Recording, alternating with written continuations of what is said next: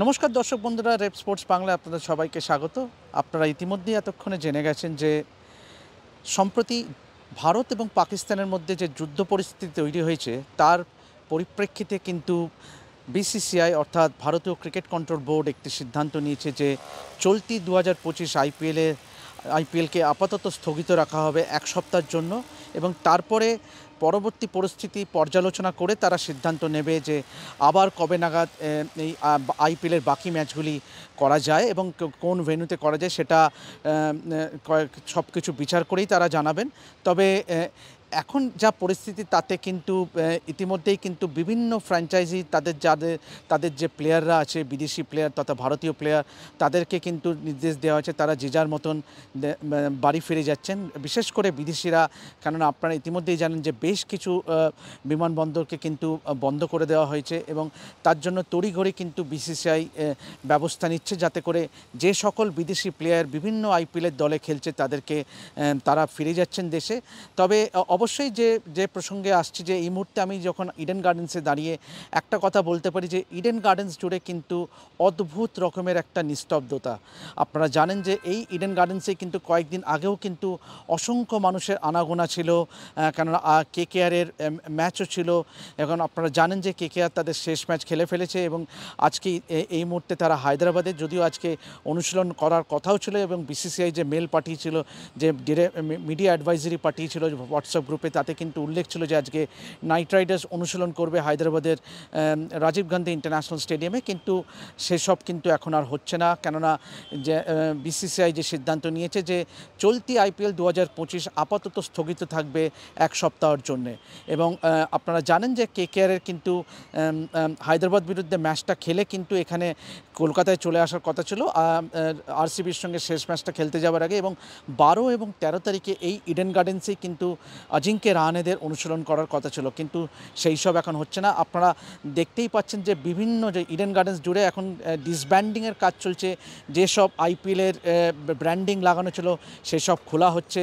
আইপিএলের যে venue office ছিল এখানে ইডেন গার্ডেন্সে, সেটাও কিন্তু বন্ধ করে দেওয়া হয়েছে এবং তারা কিন্তু ভেন্যু ম্যানেজাররা কিন্তু যে যার মতন বাড়ি ফিরে গেছে এবং পরবর্তী পরিস্থিতির দিকে নজর দেওয়া হচ্ছে। এবং এই মধ্যে ইডেন গার্ডেন্সে এই মুহূর্তে কিন্তু একটা অদ্ভুত রকমের নিস্তব্ধতা এবং শূন্যতা। এই মুহূর্তে যে আপনারা দেখছেন যে মালিরা কাজ করছে, তারা দৈনন্দিন যেরকম রেগুলার যেরকম ইডেন গার্ডেন্সের উইকেটের পরিচর্যা করে সেটা তারা করছেন। তবে এটুখানি বলতে পারি যে পরিস্থিতি, যে গভীর সংকটময় পরিস্থিতির মধ্যে দিয়ে এই মুহূর্তে যাচ্ছে গোটা দেশ, তাতে কিন্তু এটাই কিন্তু বাঞ্ছনীয় যে এই মুহূর্তে যুদ্ধ এবং এন্টারটেনমেন্ট কিন্তু একসঙ্গে চলতে পারে না। এবং বিসিসিআই যে সিদ্ধান্তটা নিয়েছে তাকে সাধুবাদ জানাতেই হয়। বিশেষ করে তারা কিন্তু সেই সঙ্গে এটাও কিন্তু তারা জানিয়েছেন যে মিডিয়া অ্যাডভাইজারি, যে তারা ভারতীয় বোর্ড কেন্দ্রীয় সরকার যে সিদ্ধান্ত নেয় তার উপর ভিত্তি করেই কিন্তু পরবর্তী পদক্ষেপ নেবে এবং তারা কিন্তু তাদের পূর্ণ আস্থা আছে ইন্ডিয়ান আর্মড ফোর্সেসের ওপরে। কেন তারা জানেন যে কাজটা তারা করছে তারা সেটা ভালোভাবে করবেন, যে মানুষদের যে সুরক্ষার ব্যাপারটি তারা দেখবেন।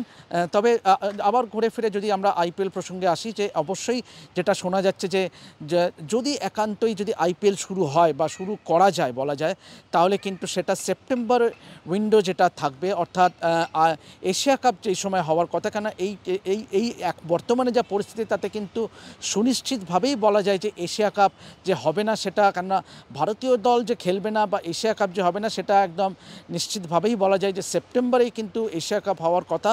সেটা কিন্তু আপাতত ধরেই নেওয়া যায় যে বাতিল হওয়ার দিকে, এবং ওই সময় যে উইন্ডোটা পাওয়া যাবে সেই উইন্ডোতেই কিন্তু আইপিএলের বাকি ম্যাচগুলি করাতে চাইছে। যদিও আরেকটি উইন্ডো কিন্তু শোনা যাচ্ছে যে বেরোতে পারে, সেটা হলো যে ভারতের প্রস্তাবিত যে বাংলাদেশ সফর আছে অগাস্ট মাসে, সেটাও কিন্তু পোস্টপন্ড হতে পারে এবং সেক্ষেত্রে আরেকটা উইন্ডো কিন্তু বেরোতে পারে। তবে সব কিছুই কিন্তু পরবর্তী পরিস্থিতি বিচার করে তারপরে সিদ্ধান্ত নেবে বিসিসিআই তথা আইপিএল গভর্নিং কাউন্সিল। কিন্তু আপনারা জানেন যে ইডেন গার্ডেন্সে কিন্তু 25 মে আইপিএলের ফাইনাল হওয়ার কথা ছিল, কিন্তু বর্তমান যা পরিস্থিতি তাতে কিন্তু সেই সব এখন হওয়ার মতন পরিস্থিতিও নেই।